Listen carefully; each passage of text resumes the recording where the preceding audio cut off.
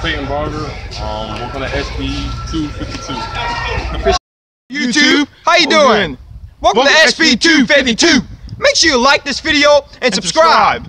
So here today, we're gonna come to you with a story. Yeah, with some breaking news out of Dallas. Ezekiel Elliott is suspended for 6 games for next season.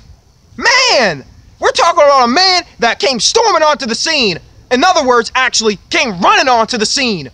This man led the NFL in rushing last year as a rookie. He had over 1,600 yards and 300 carries.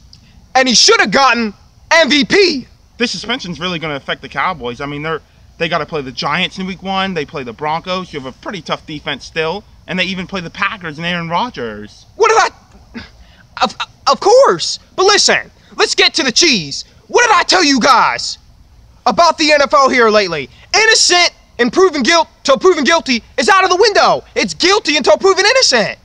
This man, Ezekiel Elliott, was not even charged for this domestic violence crime. But let's make it clear, though. We're not saying that he did or didn't do it. Because, of course, if he did it, he does deserve the suspension. What we're trying to say is that there's not sufficient evidence enough, as far as we, as the fans, know, for the NFL to actually suspend him as long as they did.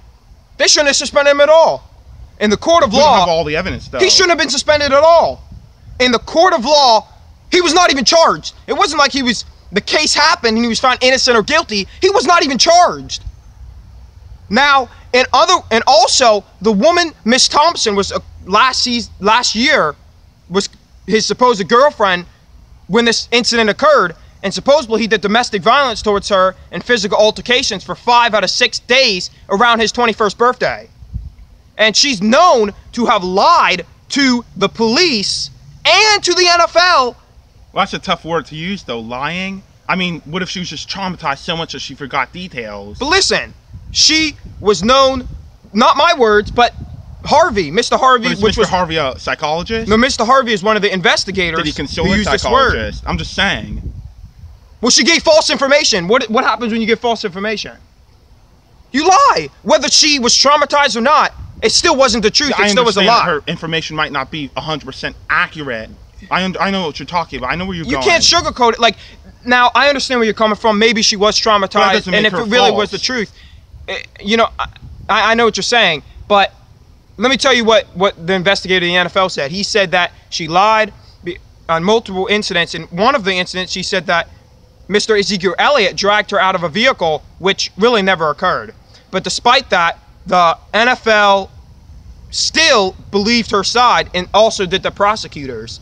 They said, according to Ezekiel Elliott's side, they didn't support him because he had witnesses that didn't come through for him. And they also, his side told, almost like, they told theories of what could have happened to her, the injuries that happened to her, but they didn't really have any evidence. They didn't have anything to back their stories. But I say, how could they have anything to back it? Because if he really didn't do it, then, and let's just say she hit her head or something, they weren't there. How would they have evidence to prove what could have happened if they weren't there? I'll go as far as to say this, though. There's more evidence of Ezekiel Elliott doing domestic violence and perhaps even destroying evidence as one of the things that condemned him in the NFL's eyes than there was evidence for Lucky Whitehead the other week, who you did a video on. Absolutely, and yeah. Jerry Jones defended the fact that Lucky Whitehead got cut, but now is furious, reportedly, over the NFL suspending Ezekiel Elliott, yeah, for whom there is less evidence. Yeah, yeah. Whom there's more evidence, excuse me, condemning Elliott rather than other. Just keep going. Just keep going. Absolutely. I know what he's saying. Listen, this man's a little stage fright right now. Sorry about that. Listen to me. So, like he was saying about Lucky Whitehead the other week, Dallas Cowboys suspended, but they didn't suspend him. They cut Lucky Whitehead just because his name was surfacing in a shoplifting incident that occurred in Virginia, and he wasn't even there. Now, on the other hand, Lucky Whitehead got a job though with the Jets. Oh, he did get a job. I'm glad for him. The Jets. Well, yeah, but at least he got a job. But in Ezekiel Elliott's case, he was alleged to do this domestic violence and was suspended for 6 games. And he was there with the woman. There's no disputing that he was there with that woman. But the Dallas Cowboys didn't cut him. Instead, Jerry Jones is supporting him. Want to know why? Because he's his money-making machine, baby. That's why.